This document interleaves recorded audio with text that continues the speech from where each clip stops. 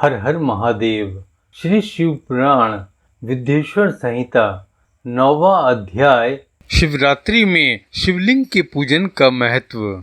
नंदिकेश्वर कहते हैं, ब्रह्मा और विष्णु भगवान शिव को प्रणाम कर चुपचाप उनके दाएं एवं बाएं भाग में खड़े हो गए। उन्होंने पूजनीय महादेव जी को श्रेष्ठ आसन पर बैठाकर पवित्र वस्तुओं से उनका पूजन किया। दीर्घ काल तक स्थिर रहने वाली वस्तुओं को पुष्य वस्तु तथा अल्प काल तक टिकने वाली वस्तुओं को प्राकृत वस्तु कहते हैं। हार, नुपुर, मणिमय कुंडल, यज्ञोपवीत, उत्तरीय वस्त्र, पुष्पमाला, रेशमी वस्त्र, मुद्रिका, पुष्प, तांबुल, कपूर, चंदन, धूप, दीप, व्यंजन, ध्वजा तथा अनेक दिव्य उपहारों द्वारा जिनका वैभव वाणी और मन की पहुंच से परे था, जो केवल परमात्मा के योग्य थे, उन भगवान शिव का ब्रह्मा और विष्णु ने पूजन किया। इससे प्रसन्न होकर भगवान शिव ने दोनों देवताओं से मुस्कुराकर कहा,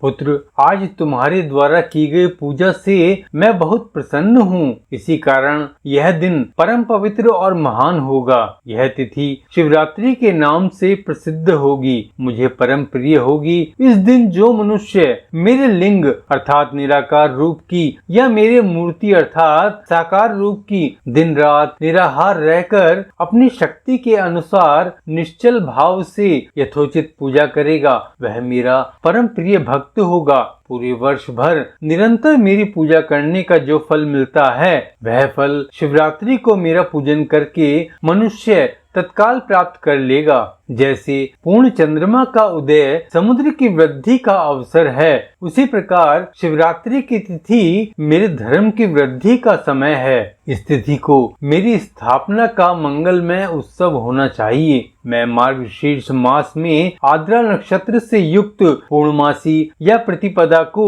ज्योतिर्मय स्तंभ के रूप में प्रकट हुआ हूँ। इस दिन जो भी मनुष्य पार्वती सहित मेरा दर्शन करता है अथवा मेरी मूर्ति या लिंग की झांकी निकालता है, वह मेरे लिए कार्तिकेय से भी अधिक प्रिय है। इस शुभ दिन मेरे दर्शन मात्र से पूरा फल प्राप्त होता है। यदि दर्शन के साथ मेरा पूजन भी किया जाए तो इतना अधिक फल प्राप्त होता है कि वाणी द्वारा उसका वर्णन नहीं किया जा सकता। लिंग रूप में प्रकट होकर मैं बहुत बड़ा हो गया, अतः लिंग के कारण यह भूतल लिंग स्थान के नाम से प्रसिद्ध होगा। जगत के लोग इसका दर्शन और पूजन कर सकें, इसके लिए यह अनादि और अनंत ज्योति स्तंभ अथवा ज्योतिर्मय लिंग अत्यंत छोटा हो जाएगा। यह लिंग सब प्रकार के भोग सुलभ कराने वाला और मोक्ष का एकमात्र साधन होगा। इसका दर्शन, स्पर्श और ध्यान प्राणियों को जन्म और मृत्यु के कष्ट से छुड़ाने वाला है। शिवलिंग के यहाँ प्रकट होने के कारण यह स्थान अरुणाचल नाम से प्रसिद्ध होगा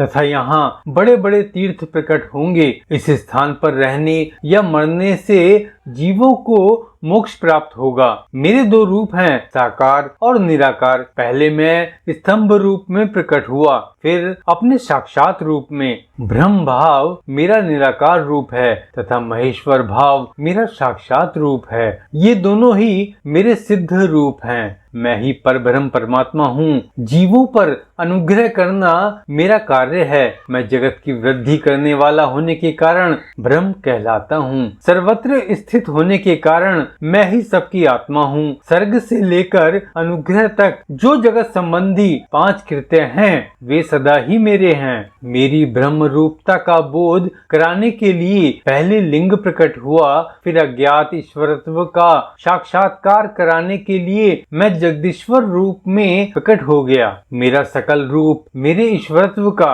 और निष्कल रूप मेरे ब्रह्म स्वरूप का बोध कराता है। मेरा लिंग मेरा स्वरूप है और मेरे सामीप्य की प्राप्ति कराने वाला है। मेरे लिंग की स्थापना करने वाले मेरे उपासक को मेरी समानता की प्राप्ति हो जाती है तथा मेरे साथ एकत्व का अनुभव करता हुआ संसार सागर से मुक्त हो जाता है। वह जीते जी परमानंद की अनुभूति करता हुआ शरीर का त्याग कर शिवलोक को प्राप्त होता है, अर्थात मेरा ही स्वरूप हो जाता है। इस प्रकार विद्येश्वर संहिता के अंतर्गत 9वां अध्याय यहीं पर पूर्ण हुआ।